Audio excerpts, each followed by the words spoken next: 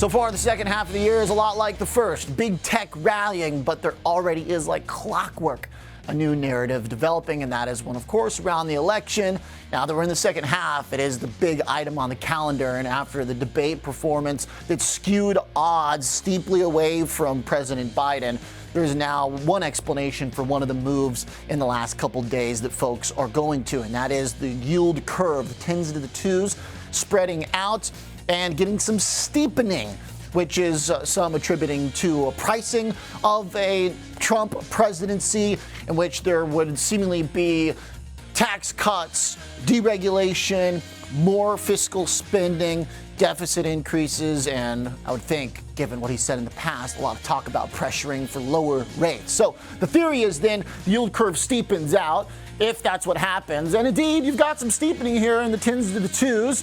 So it's kind of interesting, and it goes against what I've had on the risk radar. So it does kind of conflict with what I thought would generally be the tone, which would be strength in bonds. Instead, you're getting bond selling. But a few things to keep in mind here. One is that we're still generally in the range. The 10s to the 2s had gotten to the low end of the range. I talked about that a lot over the last couple weeks, how stable the range for the 10s to the 2s have been, but that they were getting on the low end, okay? So it already was at an extreme.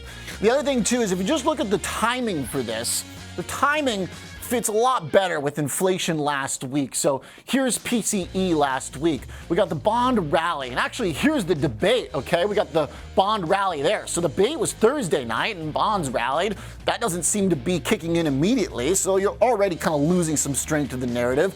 And then the move clearly came here around inflation. I mean, no question about it. This is where we started getting all of a sudden this reversal. Indeed, we initially had a rally in bonds. We're looking at the 10-year future, and then we've been selling since. So yes, it's a pretty decent sell-off in bonds.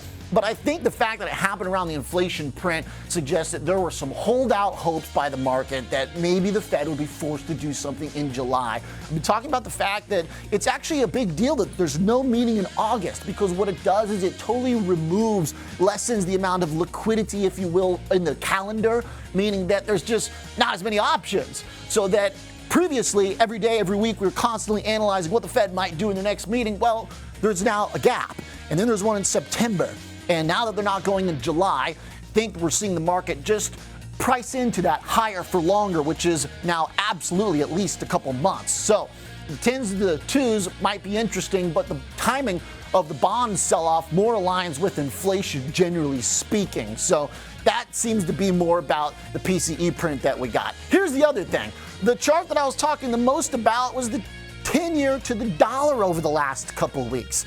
And that's really key because the dollar had already been suggesting that rates needed to catch up. The dollar had been really well bid and strong, and a gap had emerged between the dollar and yields such that it looked like something was going to have to close. Either the dollar was going to have to come off or yields would come up.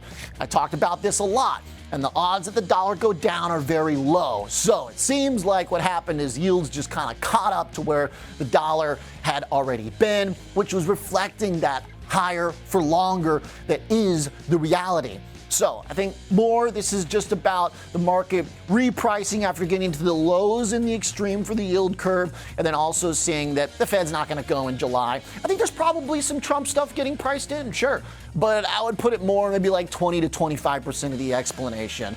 Now, if it continues and builds, for example, if the Trump narrative is true, watch for auctions on Wednesday. The auctions from the Treasury should start going softer again. That would tell me that, okay, this is more about the fiscal side and thinking about debt coming and spending and pressure on the Fed and all that stuff, but not quite. Also, the Trump presidency, if the idea is a bunch of fiscal spin and deregulation, you should see the small caps up. You should see value outperforming. At the end of the day, today looked a lot like what the last 6 months did. It was just tech. We had a good day in tech. Apple had a great day. Nvidia bounced back. Tesla was booming.